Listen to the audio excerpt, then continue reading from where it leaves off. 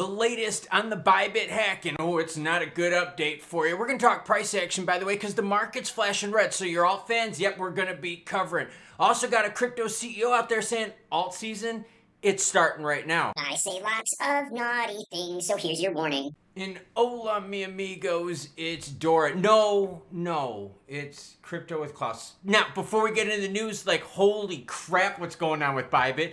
Inside job. We're going to deal with your comments. That's right, your comments are hot, spicy, naughty, relevant. Maybe I'll share it beginning of the next video. I gotcha. 1345 says Atomic Wallet did the exact thing last year for 100 million. It's always an inside job from a pissed off employee. Yeah, we're finding out that their cold wallet was hacked, and oh man, this is just getting worse. What else do I got for you? Skittles says either way, Bybit can't be trusted. And I wouldn't be surprised if it was a backdoor built into the system specifically for this purpose. Be careful where you keep your crypto, folks. Yeah, I would agree with that statement. Be very careful where you keep your crypto. What about the FTX money that moved after these people were all arrested and after the accounts were frozen? There were people that still had access to it. Come on now. And Bybit right away was like, yo, don't worry, we're not insolvent. No, we're not worried about the whole insolvency thing because we know you got money. We're worried about how the fuck did this happen? Michael Brent says, I will literally send you $100. Man, you better get that money ready. If you tell Zach Rector that February 3rd was not the worst crypto crash ever, I think he forgot about when FTX crashed the entire trip for over 2 years. Don't just think about that. Zoom out just a little bit. What started it all was Luna UST. Because remember, as soon as Luna UST happened, this, and there were so many things tied to this. It was crypto hot potato, right? Everyone owed everyone money, and everyone was lending each other Bitcoin, and like that Bitcoin was being lent to someone else, and that Bitcoin that was originally collateral for something over there, and it was an absolute hot potato mess. So look at Luna UST as even being one of the ones that was probably the worst, because that set that whole fireworks thing on fire. Speaking of on fire, that's usually like a good thing, but this time it's bad, okay? And it's bad because it's red up on the screen. Some market weakness showing up. Stuff like this with Bybit definitely hurts market confidence. Big players on the sideline are like, "Ooh, thank God, at least that wasn't my money stolen." Like, you see what I'm saying? Like, that's just not good. And anyone out there that spins this as good is fucking dumb as shit. I don't know what the hell to say. It's really, they're God, stupid. Okay, Bitcoin sitting at 95,513. ETH is 2638. No, love it. All for ETH. XRP a little deeper in the red at 254. Are you buying players out there? ADA is 75.5. XLM, look at this. 32.3, down 5%. Doge down 5.9% to 23.7. Caspa deep in the red as well. ICP, man. Remember those days? Remember those high teens days? 688. A big pullback there, but still higher up than where we were like 6 months ago. Hbar, 20 cents, rounding it off.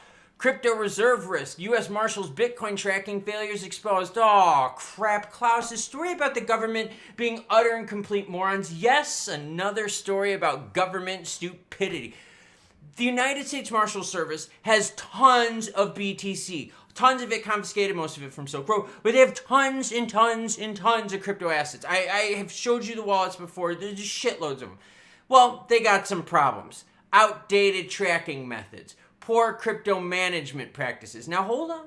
A 2022 report from the Inspector General showing a harsh spotlight on the USMS crypto handling practices. There were major gaps. Unsecured wallet management. There you go. Not your keys, not your crypto. Well, won't be yours soon if Lazarus Group gets to you. That's foreshadowing. Think your crypto wallet is your digital bank account. Now imagine leaving the keys lying around. Yeah. Crazy. Failure to track forked assets. Oh, gosh. Cryptocurrency can be complex. When a cryptocurrency forks, it essentially splits into two. Not tracking these forked assets means potentially losing track of significant value. Yeah, there's some big, and this is the United States Marshal Service, and not that I'm saying they don't do a good job with stuff, but obviously they don't do a good job with this. And then when you find out that you've got places being like hacked, right? And yeah, okay, blame the Lazarus Group. Come on now, hacked, and then you find out that the United States is like almost like 18 billion or something like that. Hold on, let me find it. All right, I got it. And I guess their bags have grown a little bit. They're now at 19.2 billion. By the way, 18.8 of that is BTC. No, they don't own any XRP. Huh, that rhymed. That was pretty good to me. Okay, so that's what they got. And you're telling me they're leaving the keys out for this? Well, oh my God, come on now. This is pretty pathetic. Arkham Intelligence links Bybit's $1.4 billion hack to North Korea's Lazarus Group. Are you buying it? Are you buying it? Let's learn. The recent exploit of Bybit underscores significant security gaps. Yeah, their cold wallet was a cold wallet. Cold. This raises questions about the effectiveness of current security measures. No crap. It also makes us really think about, oh shit, we want this industry to grow. Oh, but please don't put money in here because they're gonna hack your shit. Like, this is just too fucking often. Arkham Intelligence on-chain analysis reveals specific patterns typical of Lazarus Group operations, including their use of obfuscation techniques to mask the flow of stolen assets. The group has a history, blah, blah, blah, blah, blah, blah, blah, blah, blah, blah, blah, blah, blah, blah, blah, blah, they beat you. So whether it was an inside job, whether this was just mismanagement, as we've seen with the Marshals service, no, I'm not throwing shade, I'm just telling you what the deal is. They can't handle that shit right. You've got lots of risk on the table, and not every firm is going to have like an extra 16, Bybit's got like an extra 16 billion or so on top of this. So they got lots, if they're telling the truth about their numbers. And that's the whole thing. We have to kind of take these companies for their word. So Bybit, inside job, hacked by Lazarus Group. I don't know about that. I don't know. That's okay. Let's get to something now that might make you really think, like what the hell, Klaus? Okay. Yeah, listen to this. Okay.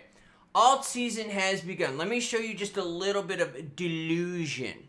But this isn't delusion like me trying to piss on someone's campfire. This is delusion like you can't hype stupidity because there's so many smart people out there in crypto, they see right through this BS. Listen to this. However, the CEO cautioned this is a very selective alt season where only a few of the coins are pumping due to lack of fresh liquidity. Bitcoin dominance stands at 58% up from lows of 51.5. Okay, so Bitcoin dominance is obviously growing. Go over here, you go to your altcoin season index, okay? Which is that 30 out of 100. 30, so it's swinging way more on over to the BTC side, okay? 50 being a split equally, higher than 50 being more altcoin friendly, okay? Basically what this CEO is trying to say, and I've got the tweet right here, okay? Volume, look. BTC dominance no longer defines alt season trading volume does. Okay. Do you know why he's saying that? Because this dude he's the crypto quant CEO. Don't you think he benefits by that? Like, come on now. And these exchanges are making tons of money, right? They make the money on the volume. So as much as the price goes up and down, and right now we're sad face down, oh, this sucks, right? The exchanges are making money. Why? Because the volume is bonkers right now. People are panic selling. People are buying on dips. People are getting washed. Volume is up 49% last 24 hours. So remember I said volume was boring and all of a sudden the hack this morning? I said all of a sudden, there you go. There's the volume from the hack. Boom. Even more now. Who makes the money? The exchanges. So what this dude is trying to say is that alt season has begun is because the alts are pumping a hell of a lot of volume into this market. Unfortunately, we're seeing what, everyone? A lot of red up on the screen. Oh, and red in the background too, right? And so you're seeing this and you're going, oh shit, man, this looks totally rigged by the exchanges. Right? Like let's just go a little bit into fantasy land. Give me a little leeway on this, okay? Who benefits during volume the most? It's the exchanges. Right? It's totally the exchanges. You got liquidations, you got all the panic going on. Are you making money unless you're shorting this? I mean, if you're shorting it, okay, you're making some money, but I mean, are you going to want to play that risk? I mean, you tell me. There's a bit of juice involved there. So, dude is basically saying that alt season now is being defined by volume because it directly benefits not you, but the exchanges. And that's what's messed up is because Bybit is one of these exchanges. They've been, quote, quote, hacked. We know funds are nuts. We know these companies are making tons of money on each person out there.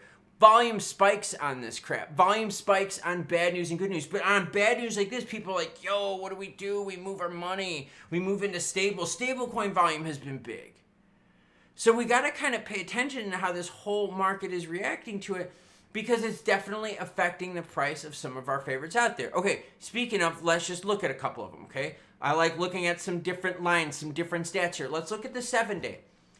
Damn, girlfriend, that's red up on the screen. Solana down 16%, XRP down 6%, BTC down nearly 2%, 11% for Link. Litecoin up, but we know Litecoin had the ETF announcement, so that makes sense. Ton down 7%, SHIB down 10.5%, Hbar down 6%. You got a lot of red here. A lot of red. Go to the year to date, right? So we're basically at what? 52 days, right? 52 days into the year. So we're looking at a pretty good chunk of time. You still got lots of red up on the screen. XRP bucking the trend green, up 22%. BTC up 2%. But the rest of it pretty heavy in the red. Doge down 24%. Definite discounts for Doge. I mean, you've seen it. Stellar down 32%. Zoom out to the 90-day, and again, the story is the same thing. You got a few players that are in the green, XRP being one of them. Hype, I'm not going to talk about this one, being another one of them. Like, there's some out there, Litecoin, Hbar, you've seen it, that are still in the green for the 90 days, but those lines are starting to shrink. And you're starting to see less and less period of time where people are in the green, right? And what you're seeing is a lot of this nutso volume right here, this volume that's up almost 40%, it's benefiting the exchanges, and you're watching people just like, okay, so obviously bad news for the market, but it's really jacked up because no matter who's responsible for it, that's still 1.4 billion worth of ETH that has been just, right? I mean, it doesn't matter like if you lost because like you suck at like defense or you suck at, no, if you lost, and this is a loss. So by the hands of who? Yeah, we'll learn in the future, right? We'll get definitive answers. But right now, that shakes the market. That is a massive, massive blow to the confidence of these markets. Imagine what happens if you find out you get another big one from, say, Coinbase, right? Coinbase has a problem with one of their things, or you get outages and junk like this. I mean, you know, we're how many years into this whole crypto thing, and places still don't have it figured out. We still don't know how to safely secure our stuff. Exchanges are making money, though. So even though they're making mistakes, they're making plenty of money to cover up these mistakes. Hopefully it doesn't affect the end user, which would be the crypto people that leave their stuff on the exchanges. I don't know why you do by now. Sometimes you have to, just with certain products or certain exchanges that you use. It's just how it works. I mean, people have their preferences for all reasons, so I'm not getting into that. But the exchanges are making the money, and they're defining this alt panic season right now as blowing like BTC away, like 2.7 times more than BTC's trading volume. That's for altcoin trading volume, 2.7 times higher than BTC. It's making exchanges money. They're happening. Like these crypto firms, these analytic firms, they make money on it too because high volume, higher action, right? More jobs, more need for stuff. If all of a sudden volume goes up, you got to hire people because you need a little bit more customer service, or you need a little bit more server capacity, or you need more this or that, or infrastructure, all sorts of stuff. So all of a sudden you have, it's like these players just seem to keep pumping each other. And I'm not trying to be negative on this, but every once in a while you get the vibe that there's some just really, really crooked stuff going on. And it really makes you wonder if it's the exchanges, because they're always winning. They're always winning with this stuff. And I'm brought back to the whole Sam Bankman-Fried thing with FTX, when all their funds were supposedly like frozen, and all of a sudden there's more money missing here and here and here. Alex Mashinsky, what he did, right? I mean, think about it, there were so many of them out there, and yet we're still running into this. And I don't know. Let me know your thoughts down below, and welcome to the weekend. You made it. Happy Friday. And, of course, what everyone, well, you know the deal. Choo, choo, bitches.